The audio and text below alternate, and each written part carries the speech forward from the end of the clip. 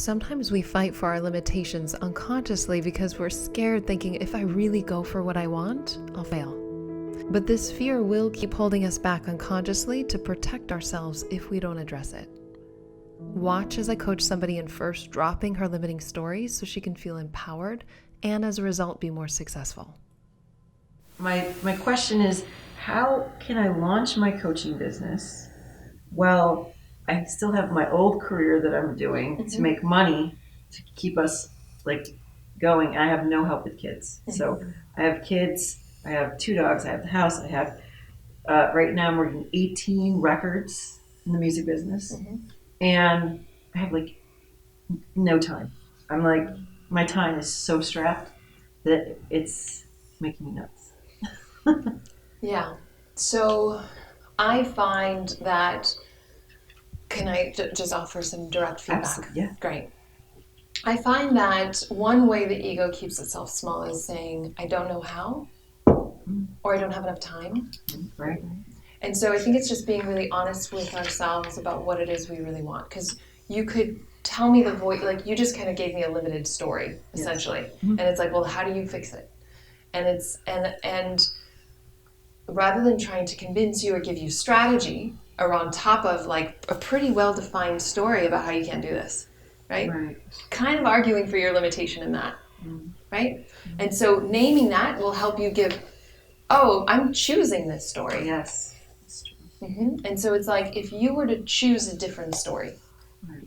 Like rewriting the script. Exactly. I'm working on scripts right now. Great, you got your own. I actually did a beautiful. whole 2-page script on how I want it to look and the way I want to feel. But you have a fear about going for it. Yes, I do. And so what is the fear? Cash. Yeah. Yeah. So that I won't be able to do it. Right. That because, I have 2 people to take care of. Yeah. Yeah. That's it. So that's it right there. Yeah, there's some tenderness in that. Yeah. Yeah. So, and the weird part is that I know in my heart that when I'm aligned with this, it's going to blow up. Yeah. It's going to go nuts. It's going to be awesome. Yeah. But it's just getting from the 1 to the 10. Yes. Yes. And that's, I'm miserably living in 1.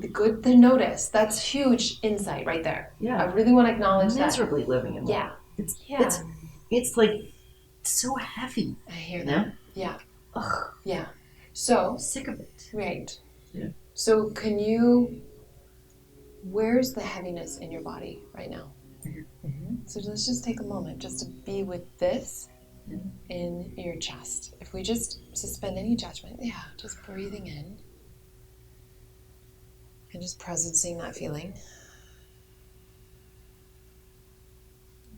We're not going to do anything. I just wanted to take a moment. Yeah? Okay. And you can see, and there's tenderness around it, and you can see that you're operating out of the 1. Yeah? And what I hear is the fear is that you're feeling responsible. You've got kids and you need cash flow. Yes. I would not enter a new profession with that much pressure on it. Okay. Personally. I think it sets it up for failure. And so I would look at what am I willing to let go of to make space for what it is I really want. Okay. Because you're telling me you've got a lot on your plate, right? So what am I willing to let go of? And then I would create a plan, and because I just did an emotional process, I'm going to go a little bit more strategy. But I do think it's important with our clients not to just talk to them mentally. I can be strategy, but if we didn't just breathe into that, there's more work in a session that we would have done. But if you're I'm in my limitation, and can you help coach me fix that? It's well, let's first pop out of the limitation and see it and be oh, sweetheart, this part is just trying to protect you. It's trying to make sure that you are taken care of, that your kids are taken care of. Thank God.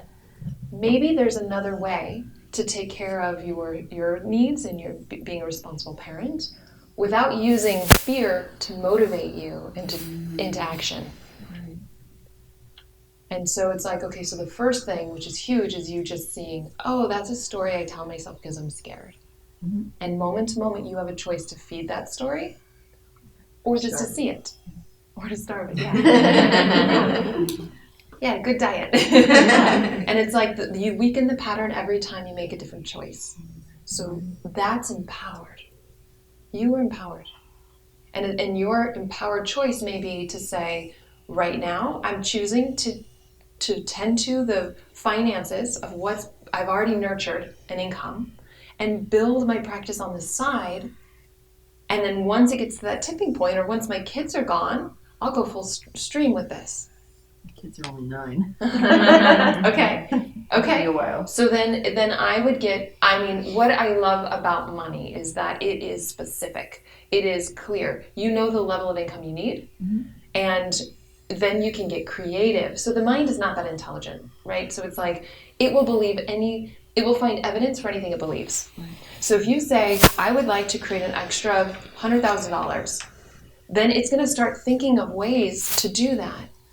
It's about getting creative. It's about finding a way that your service adds value to others.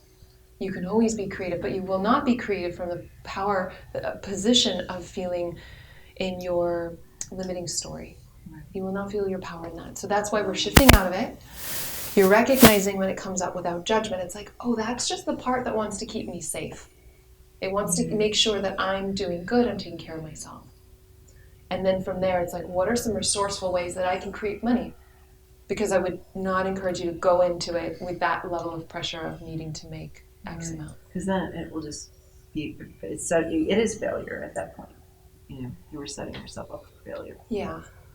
Yeah, and there's a deeper conversation to have around failure and giving yourself a new failure policy to make it okay and to not make any of it mean anything about you. Right. Because that's where it hurts. I mean, it hurts our image. And so there's a deeper conversation to have around failure, but around this. And later we could do a whiteboard session around supporting you in strategy around how to create money. Right. And that may be a fun example for other people to see. Right.